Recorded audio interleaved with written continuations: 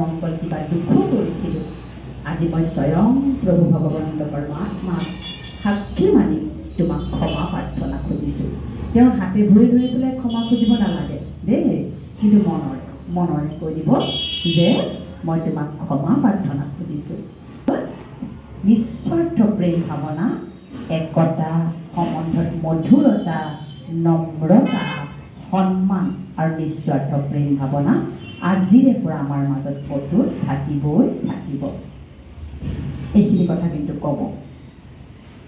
আজিৰ দিনটো তোমাৰ বহুত ভাল হ'ব, তোমাৰ কৰ্মজীৱন বহুত উন্নতিৰে ভৰি পৰিব, তোমাৰ ব্যৱসায় জীৱন বহুত ভাল হ'ব, তুমি য'তেই যাবা পৰমাত্মাৰ ছত্ৰছায়াত নিৰোগী আৰু সুৰক্ষিত হৈ থাকিবা, তুমি সুস্বাস্থ্যৱান নিৰোগী আৰু দীৰ্ঘায়ু হৈ থাকা।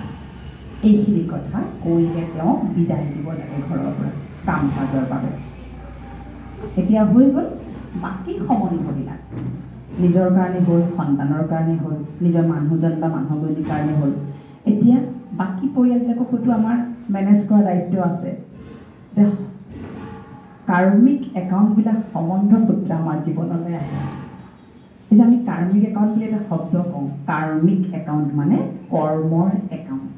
এই যে পইচাৰ একাউণ্ট যে বেংকত আছে, তেনেকৈ আমাৰ এটা কৰ্মৰ একাউণ্ট লগত আহিছে। গীতাৰ মহাবাক্য মানে যে কৰ্ম কৰি যোৱা, ফল আশা নকৰিবা। কি কৈছে? ভাল কৰ্ম কৰি যোৱা। কৰ্ম কৰি যোৱা মানে ভাল কৰ্ম কৰি যোৱা। আচ্ছা, এতিয়া কৰ্ম মানে কি? কৰ্ম মানে কেৱল কথা কৈ দিলোঁ, বেয়া কিবা কৰিলোঁ, এক্টিভিটি কৰিলোঁ, সেয়া কৰ্ম নহয়। কৰ্ম মানে যে মই কি ভাৱনা পুহি ৰাখিছোঁ।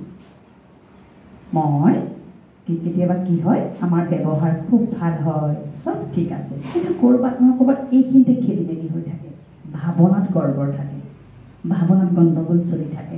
কেতিয়াবা আমি উপায়বিহীন হৈ এক্টিং কৰিবলগীয়া হয় কিছুমান সম্বন্ধৰ লগত, যে তেওঁ আহিছে উপায় নাই আৰু তাৰমানে আৰু যেনে তেনে মানে মেনেজ কৰোঁ। সেই কামটো কেতিয়াও নকৰিব। পৰমাত্মাৰ মহাবাক্য, তুমি ট্ৰান্সপাৰেণ্ট হোৱা, ক্ৰিষ্টেল ক্লিয়াৰ হোৱা। কেতিয়াও ইয়াত কোনো ধৰণৰ ভাৱনা কৰি ৰাখিব নালাগে। এতিয়া এটা সৰু প্ৰেক্টিকেল কৰিম। সকলোৰে পৰিয়ালত নিশ্চয় কোনোবা নহয় কোনোবা এনেকুৱা সম্বন্ধ আছে যাৰ পৰা আপুনি অলপ হ'লেও ডিষ্টাৰ্ব পাই আছে। সেই সম্বন্ধসকলক আপোনালোকে সকলোৱে অলপ সময় তেওঁলোকৰ মুখমণ্ডলবিলাক মনত পেলাওকচোন। সকলো চকু মুদি সেই পৰিয়ালৰ সকলোকে মনত পেলাওকচোন। আৰু এতিয়া মনৰে সেইসকলক আপোনালোকে মনৰে ক'ব, হে আত্মা, মই উপলব্ধি কৰিছোঁ যে আমাৰ মাজত পূৰ্বজন্মৰ কাৰ্মিক একাউণ্ট আছে। হে আত্মা, যদি পূৰ্বজন্মত বা এই জন্মত মই তোমাক কিবা অপায় অমংগল আঘাতো দিছিলোঁ, আজি মই স্বয়ং ভগৱানৰ ঘৰত বহি তোমাক ক্ষমা প্ৰাৰ্থনা খুজিছোঁ। তুমি মোক ক্ষমা কৰি দিছা আৰু মোৰ এই ক্ষমা প্ৰাৰ্থনা তুমি স্বীকাৰ কৰিছা, তুমি অনুভৱ কৰিব পাৰিছা। আৰু তুমিও যদি মোক কিবা ডিষ্টাৰ্ব দি আছিলা ইমান দিনে, তুমি যদি মোক কিবা শত্ৰুতাও কৰি আছিলে ইমান দিনে, আজি মই তোমাৰ সকলো সেই বিকৰ্ম পাহৰি তোমাক ক্ষমা দান কৰিছোঁ। মোৰ তোমাৰ প্ৰতি কোনো আক্ষেপ নাই। তোমাৰ সদায় ভাল হওক, তোমাৰ সদায় কল্যাণ হওক, তুমি দহো দিশে উন্নতি কৰা আৰু মোৰ প্ৰতি তোমাৰ ভাৱনাৰ পৰিৱৰ্তন আৰম্ভ হ'বলৈ আজিৰে পৰা আৰম্ভ হৈছে। তুমি জ্ঞানী আত্মা, তুমি ঈশ্বৰ পৰমাত্মাৰ সন্তান।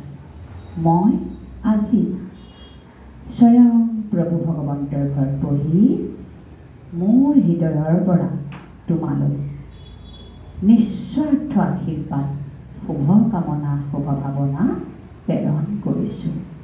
আৰু তুমিও মোৰ এই শুভ কামনা, শুভ ভাৱনা তুমি নিশ্চয় গ্ৰহণ কৰিছা। তোমাৰ ভাল হওক, তোমাৰ বহুত ভাল হওক, তোমাৰ বহুত ভাল হওক। এনেদৰে 21 দিন প্ৰতিটো ডিষ্টাৰ্বিং সম্বন্ধ আপুনি ভাইব্ৰেশ্যনেলি ঠিক ঠাক কৰি লওঁ। তাকে আমি কওঁ কাৰ্মিক একাউণ্ট ছেটেলমেণ্ট বুলি কওঁ, যে হিচাপ নিকাচ আমাৰ হৈ গ'ল, ঠিক ঠাক হৈছে। চাবচোন লাহে লাহে তেওঁ যদিও বেয়া ভাৱনা লৈ আহে, আপোনাক দেখাৰ লগে লগে তেওঁ পৰিৱৰ্তন হৈ যাব, কাৰণ আপোনাৰ ইয়াত চাফা হৈ গ'ল, তেওঁৰ প্ৰতি একো নচলিব ইয়াত, হয়নে? ভাৱনাৰহে আদান প্ৰদান চলি আছে, নহয় জানো? ভাৱনাৰহে আদান প্ৰদান চলি থাকে, ভাৱনাইহে আমাক হাত ভৰি কৰ্ম কৰোৱায়। গতিকে পৰমাত্মাই কয় সদায় চাফা হৈ থাকিবা, চাফা, কাৰো প্ৰতি একো নহ'ব, মানুহৰ দ্বাৰা ভুল হৈ একো ডাঙৰ কথা নহয়। দুআষাৰ কোনোবাই টানকৈ কৈ দিলে বাৰু হ'ব, ক্ষমা কৰি দিয়ক, ক্ষমা কৰি দিয়ক দেই। সদায় নিজৰ স্থিতিটো আমি চেক কৰি থাকিম। 21 দিন চেক কৰিম, সংকল্প ল'ম, চেক কৰিম, সংকল্প ল'ম। হঠাৎ খং উঠিয়ে গ'ল বাৰু, সংকল্প লৈ আছে, হঠাৎ আপোনাৰ খং উঠি গ'ল, একো নহয়, তাৰ লগে লগে আপুনি ক'ব মই শান্ত, মই শান্ত, মই জ্ঞানী, মই শান্ত, মই শান্ত, আজিৰে পৰা মই আৰু খং নকৰোঁ। এনেকৈহে আমি পৰিৱৰ্তন আনিব পাৰিম, নহয় জানো? একেদিনে নোৱাৰিম নহয়। সেইবাবে কৈছোঁ, কিয় 21 দিন দিওঁ? 3 দিনত আপোনাৰ একোৱেই পৰিৱৰ্তন নাহিব, একোৱেই পৰিৱৰ্তন নাহিব 3 দিনত। 4 দিনমানৰ পৰা আপোনাৰ কিন্তু অলপ লাগিব, কিবা এটা পৰিৱৰ্তন আহিছে মোৰ। 9 দিনমানত আপোনাৰ 20%, 20% পৰিৱৰ্তন আৰম্ভ হৈ যাব। আৰু সি যেতিয়া গৈ গৈ 17-18 দিন ক্ৰছ কৰিব, আপুনি অনুভৱ কৰিব মোৰ ভিতৰত শান্তিৰ প্ৰকম্পন স্থায়ী হ'বলৈ আৰম্ভ কৰিছে, যিটো আমিও ঘৰৰ মানুহে আপোনাৰ ওপৰত লক্ষ্য কৰিবলৈ আৰম্ভ কৰিব। আৰু 21 দিনত আপোনাৰ 70% স্থায়ী হৈ পৰিব। 30% থাকিব, যেতিয়া 70% শান্তি থাকিব, 30